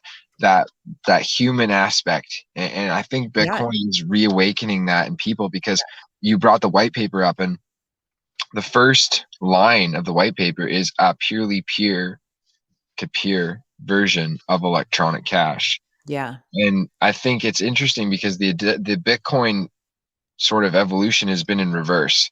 An electronic version of cash is kind of the part that really has been built for the last 13 years, 14 years. It's been kind of like that's been the phase that Bitcoin's been in. And now the purely peer to peer part is sort of now it's really going to start to be realized, yeah, right? It's yeah, kind of coming afterwards, but we had to get that technological foundation sort of done, which is obviously being iterated upon every day. But it's you could say it's laid, and now it's like okay, now we have to get the peers. We have to bring this and not just use it peer to peer within people that are already peers on the network, but we need to create new peers all the time. It's like we're evangelists. We have to be, if we out there being fishers of men. That's the whole, we need to be like Peter in the Bible, forsake our nets, and go and become fishers of men. This is like the new fishers of highest I calling. haven't heard that. I like that. Fishers of men. Well, speaking of campfires and music, like, do you know a project? Did Daniel tell you about Satoshi the Cyber Opera that we're working on? No, no, I haven't heard this yet. It's fucking awesome, dude. Um, yeah, we're working on A there's cyber opera. yeah, dude. So the intention of the cyber opera is to tell the story, what we believe is the story, the origin story of Satoshi, um, and we're creating 21 original songs, 20, we're going to create this in-person immersive experience with projection mapping. And Oh, this is sick. It's yeah, like an art project. Yeah, yeah. yeah. Well, and the whole point of it is to be like the ultimate orange pill experience, to bring to festivals and conferences and places that aren't necessarily Bitcoin Yeah, uh, dialed in yet, but yeah, still yeah. like create something gorgeous, Really like, sick. and A spiritual experience. an in-person spiritual experience, but educational, entertaining, but mostly like pretty psychedelic and cool and fun Wow. and electronic music and different live performers, and really bringing back like, wow, this is this mythology, right? But this mythology isn't mythology, it's real. Yeah, we And need it a summer of love. Like that's what we need. We need it to Mhm. be 1969 again. Like all the way. Like that's what Yeah, it has to be. All the way. every year, like every year. That's the thing, we wanna take it on tour, but 100%.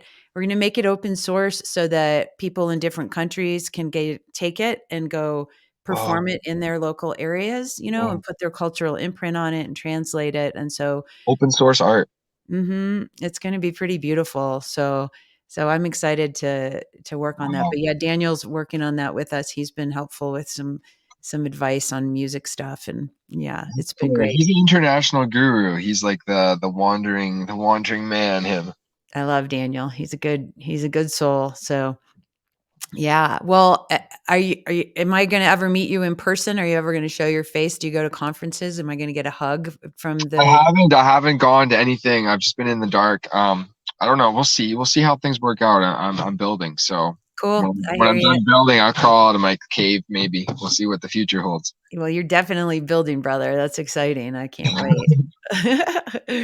Right on. Well, I really appreciate you taking all this time, and I'm glad that it worked out finally with our schedules and everything. So, Yeah, so I stood you up the first time. So terrible of me. no, it's all, it happens. Your phone cracked and broke, so what are you gonna do? Yeah, Um, I smashed my spyware device. I know, right? Fuckers. Oh my god. Well, right on. Well, everybody, you guys, please go follow Moses at, Living Power Gen on Twitter, and you can also go to Earning Usham, URNINGUSHEM. Um, and people can go to Sats Radio, right? Also Yeah, on Twitter? yeah. Okay, Yeah, it's cool. soon to be at 21 percenters. That it's all in my profile, it's in my bio. But that Okay. soon to be hopefully the sort of go-to ad brand catalog within the world. We'll see where it goes. All right, we're gonna have another conversation about this because I have some ideas, and I'm curious if we can integrate them somehow as a beta, like because I have a list of products and services and offerings from other people that I'm curious if we can do Interesting. a beta. Yeah. Yeah. So Yeah. we'll talk offline, Cool. but I gotta jump right now, but I can't wait to stay connected with you, my friend. It's an honor, and I'm really, really grateful that we got to have this great conversation. Yeah. Thank you for having me. I appreciate it. I appreciate it. And I look forward to the release. Just yeah, send me a DM and then I'll reshare all that fun stuff. That sounds great. Okay, cool. All right, Thank you everybody. for Peace, your love, time. and aloha. And this is DJ Val, and I'll talk with y'all soon. Okay. Thanks again, Moses. Aloha. Bye bye. Yay.